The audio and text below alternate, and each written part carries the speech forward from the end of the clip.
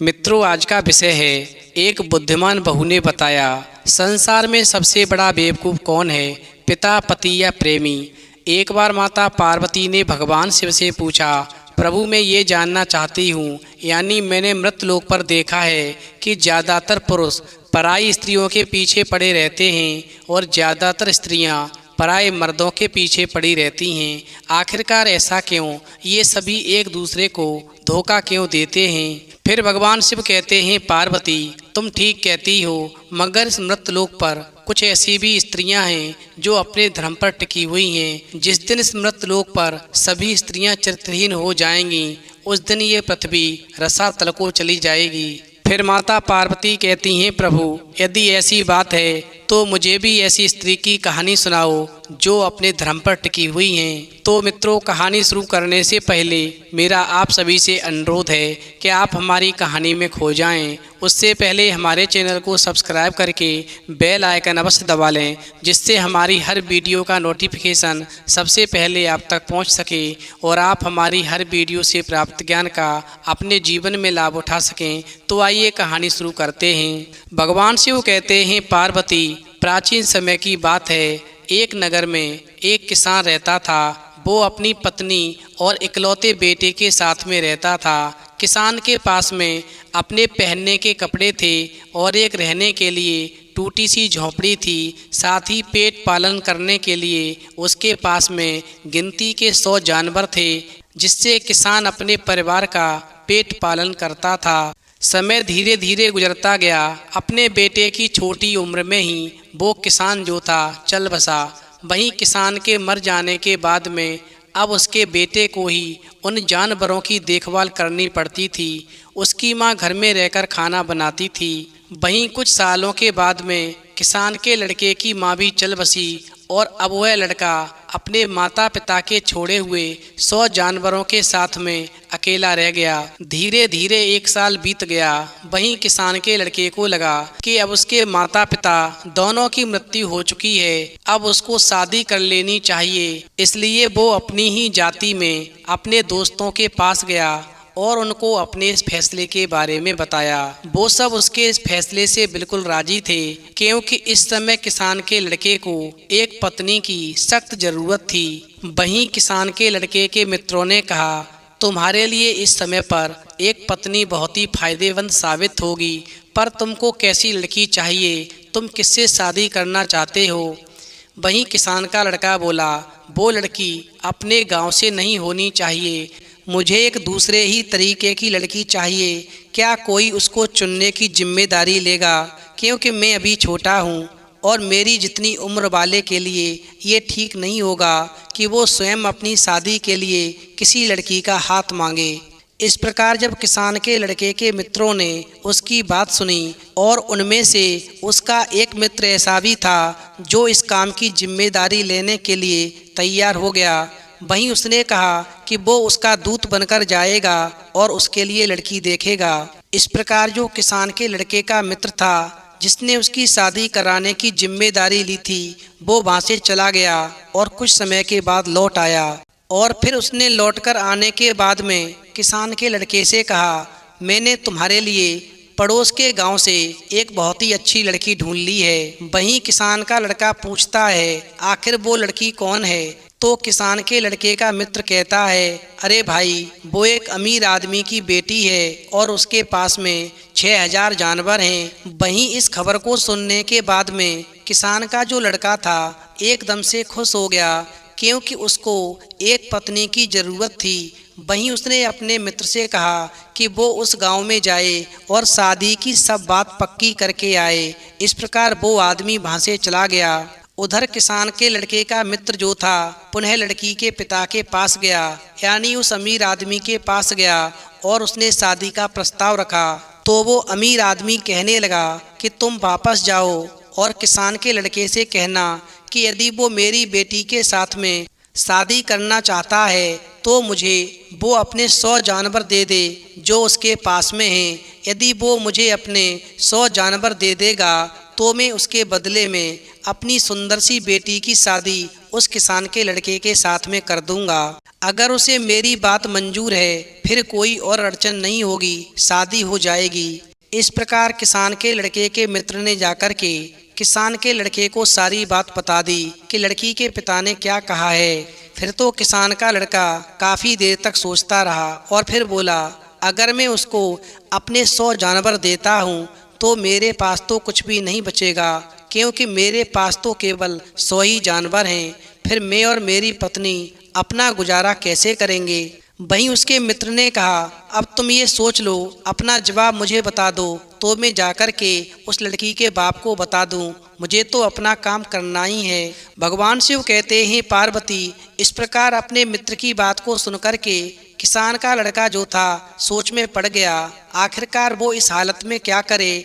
फिर तो वो अपना सिर खुजलाता हुआ इधर से उधर चक्कर काटने लगा। आखिरकार उसने फैसला कर लिया और अपने मित्र से कहा, ठीक है मित्र, तुम जाओ और उस अमीर आदमी से कह देना, यानी लड़की के बाप से कह देना कि मैं उसको उसकी बेटी के बदले अपने 100 जानवर देने को तैयार हूँ। वो अपनी बेटी की शादी मेरे साथ में कर दे। इस प्रकार किसान के लड़के का मित्र जो था पुनः अमीर आदमी के पास गया और उसे सारी बात बताई कि किसान का लड़का यानी मेरा मित्र जो है आपको आपकी बेटी की शादी के बदले 100 जानवर दे देगा। फिर तो लड़की के बाप की और किसान के लड़के की दोनों की मुलाकात का इंतजाम किया गया। वहीं किसान के लड़के ने जब उस अमीर आदमी की लड़की को देखा, यानी दूल्हे ने जब दुल्हन को देखा, तो किसान के लड़के को वो लड़की बहुत सुंदर लगी जिसके साथ में वो शादी करने जा रहा था। फिर तो किसान के लड़के ने लड़की के पिता से शादी की सारी शर्तें तय कर दी और फिर शर्त के मुताबिक किसान के लड़के ने उस अमीर आदमी को यानी लड़की के बाप को अपने 100 जानवर दे दिए और फिर 1 महीने के बाद में उस अमीर आदमी ने उस किसान के लड़के के साथ में अपनी बेटी की शादी कर दी, यानी दोनों की शादी हो गई। इस प्रकार दुल्हन अपने पति के गांव में उसके घर में रहने के लिए आ गई। वहीं कुछ हफ्तों तक सब कुछ ठीक चला। घर में खाने की कोई कमी नहीं थी, घर में दूसरी चीज़ों की भी कोई कमी नहीं थी। भगवान शिव कहते हैं, पार्वती पर जल्दी ही घर में खाने का सामान समाप्त होने लगा। तो वो किसान का लड़का जो था एक दिन अपनी पत्नी से बोला, हे प्रिय, अब हम लोग गरीब हैं, मेरी पूरी संपत्ति तो वही मेरे जानवर थे। मैं गायों को धोता था और बैलों से खेत को जोतता था। चूँकि मैंने अपने सारे जानवर तुमसे शादी करने के लिए यानी तुमको पाने के लिए तुम्हारे पिता को दे दिए, अब मेरे पास कुछ नहीं है। अब मेरे पास केवल एक ही रास्ता है और जो भी मेरे पास जमा पूंजी थी वो भी अब समाप्त हो चुकी है। अब तो मेरे पास में एक ही रास्ता है कि मैं अपने पड़ोसियों के पास में जाऊं और उनके लिए काम करूं। मुझे बहुत नीचे और बहुत थकने वाले काम करने पड़ेंगे, पर उस काम को करने से जो कुछ भी मैं कमाऊंगा उससे हमारे पास कम से कम खाने के लिए तो कुछ होगा। इस प्रकार किसान के लड़के की बात को सुनकर के उसकी पत्नी ने उसके आगे अपना सिर हाँ में झुकाया, पर वो बोली कुछ नहीं। इस प्रकार रोजाना किसान का लड़का हर सुबह अपने पड़ोसियों के घर जाता और थोड़े से दूध और एक थैला अनाज के लिए रात दिन मेहनत करता, मजदूरी करता। कभी वो उनकी गायें धोता, कभी वो उनकी लकड़ी काटता, कभी वो उनकी छत ठीक करता, तो कभी वो उन स्त्रियों के लिए नदी से पानी भरकर ले जाता जो घर में अकेली खाना बनाने के लिए रह जाती। रात दिन काम करवाने के बाद भी उसके जो पड़ोसी थे उसको बहुत कम पैसे देते थे, उसे पूरी मजदूरी भी नहीं मिलती थी। भगवान शिव कहते हैं, पार्वती इस प्रकार समय धीरे धीरे गुजरता गया। वहीं एक दिन एक सुंदर लड़के ने उस किसान के लड़के की पत्नी को गांव में देखा तो उसका उस पर दिल आ गया और वो लड़का जो था किसान के लड़के की पत्नी से प्रेम करने लगा। इस प्रकार जब किसान का लड़का रोजाना काम पर चला जाता तो वो लड़का उसके घर जाता और उसके घर के आसपास घूमता रहता ताकि वो मौका पाकर के उसकी पत्नी से कुछ बातें कर सके। मगर फिर भी उसने अपने पति को उस लड़के के बारे में कुछ भी नहीं बताया, क्योंकि उसको लगा कि यदि वो अपने पति से उस लड़के के बारे में बताएगी तो उसका पति घर पर ठहर जाएगा, वो काम करने के लिए नहीं जाएगा, जो उसको काम मिलता है वो भी नहीं मिलेगा, यानी जो थोड़ी बहुत कमाई होती है वो भी रुक जाएगी। फिर तो हमारे पेट भरने के भी लाले पड़ जाएंगे। और ऐसा ही सोचकर के किसान के लड़के की पत्नी ने अपने पति को कोई बात नहीं बताई। इस प्रकार समय धीरे धीरे गुजरता गया और फिर शादी को 6 महीने हो गए, यानी शादी को करीब 6 महीने बीत गए। तो अमीर आदमी ने सोचा कि अब वो अपनी बेटी और दामाद को देख करके आए कि वो कैसे रहते हैं, उनका जीवन कैसा है। सो बिना बताए ही वो अमीर आदमी जो था अपनी बेटी और दामाद से मिलने चल दिया।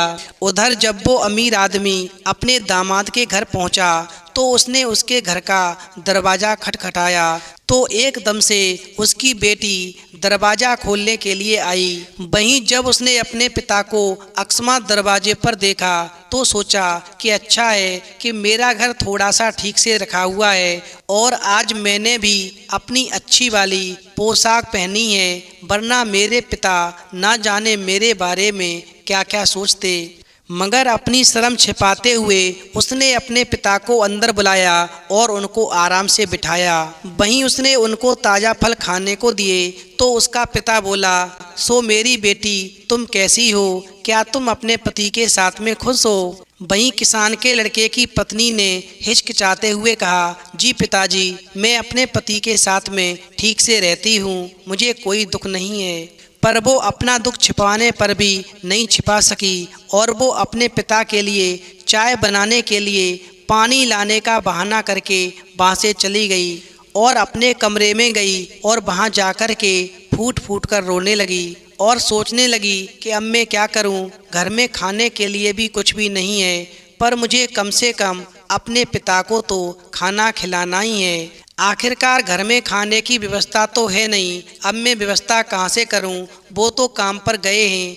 भगवान शिव कहते हैं, पार्वती वो किसान के लड़के की पत्नी खाने की व्यवस्था के बारे में सोची रही थी कि उसने अकस्मात उस नौजवान लड़के को देखा जो काफ़ी दिनों से खिड़की से उससे बात करने की कोशिश में उसके घर के चक्कर काट रहा था। वहीं उसने कुछ सोचा और अपने आंसू पोंछ लिए, अपने आप को ठीक किया और इस उम्मीद में पीछे वाले दरवाजे से बाहर गई कि शायद वो उस नौजवान को वहां देख सके और उससे कुछ बातें कर सके। इस प्रकार जैसे ही किसान के लड़के की पत्नी अपने पिता को घर में छोड़ कर के जैसे ही घर से बाहर निकली तो वो नौजवान सुंदर लड़का वहाँ पर उसे मिल गया और एकदम से उस सुंदर लड़की को देख कर के कहने लगा, मेहरबानी करके मेरे इस पागलपन को माफ़ करना। मैंने जब से तुम्हें देखा है मुझे नींद नहीं आती है, ना मुझे भूख लगती है। मैं तुमसे बहुत प्यार करता हूँ। मेरे पिता बहुत अमीर हैं, तुम इस भिखारी को छोड़ो और मेरे साथ में शादी कर लो। मैं तुमको बहुत खुश रखूँगा और रानी बनाकर रखूँगा।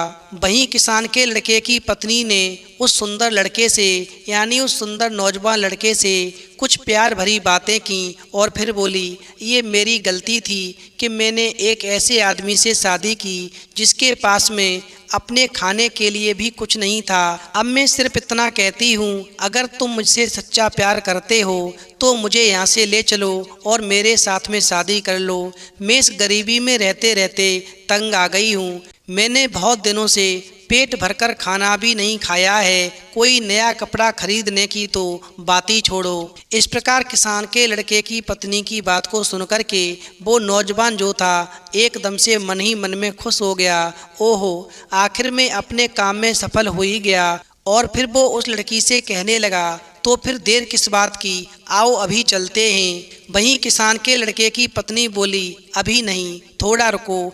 आज मेरे पिताजी मुझसे मिलने के लिए मेरे घर आए हैं। मैं उनसे बहुत दिनों के बाद में मिली हूँ। मुझे अभी उनके लिए अच्छा खाना बनाना है, पर जैसा मैंने तुमसे अभी कहा कि मेरे पास उनके लिए खाना बनाने के लिए कुछ भी नहीं है। तुम बस मेरा इतना सा काम कर दो कि जरा बाजार जाकर के जल्दी से कुछ खाने का सामान ला दो, जिससे कि मैं अपने पिताजी को खिलाने के लिए सुंदर सा भोजन बना सकूं और मैं अपने पिताजी को पेट भरकर भोजन खिला सकूं। उसके बाद में मैं तुम्हारे साथ चली चलूँगी। वहीं किसान के लड़के की पत्नी की बात को सुनकर के वो नौजवान एकदम खुश होते हुए कहने लगा, ठीक है, मैं अभी जाता हूँ और तुम्हारे लिए कुछ सामान लेकर आता हूँ जिससे तुम अपने पिताजी के लिए सुंदर सा भोजन बना सको।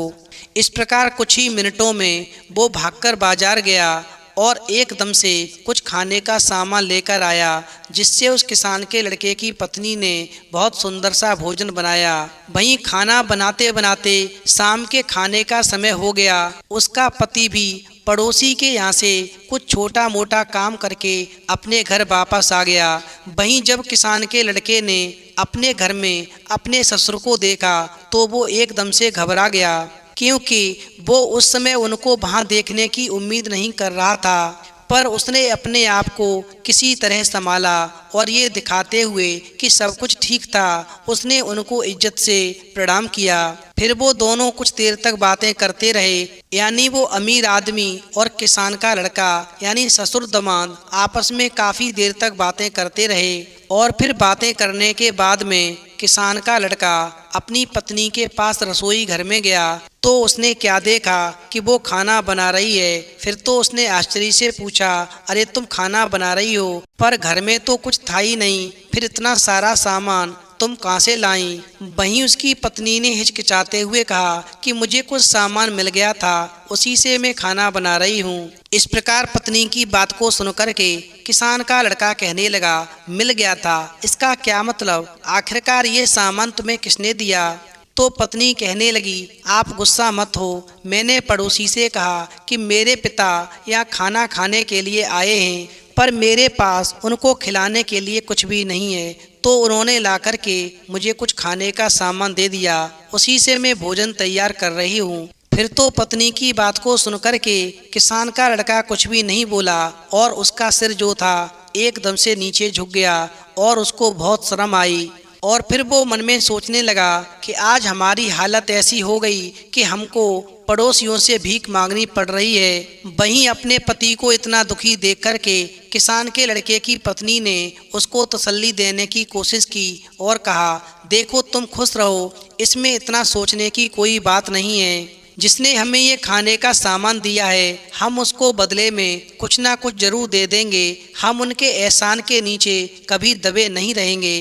पर अब तुम जाओ और पिताजी के पास बैठो, खाना अभी तैयार हुआ जाता है, तुम वहाँ बैठो और मैं खाना लगाती हूँ। भगवान शिव कहते हैं, पार्वती, इधर तो किसान के लड़के की पत्नी अपने पिताजी को खाना खिलाने की तैयारी कर रही है और उधर वो लड़का जो था मन में सोच रहा है कि अभी तक वो लड़की मुझसे मिलने के लिए नहीं आई, मेरे साथ चलने के लिए नहीं आई। जब काफ़ी समय बीत गया तो वो नौजवान जो था, जो प्रेम करने लगा था, उसके दरवाजे की तरफ आ गया ताकि वो बाहर आने के लिए उसे इशारा कर सके।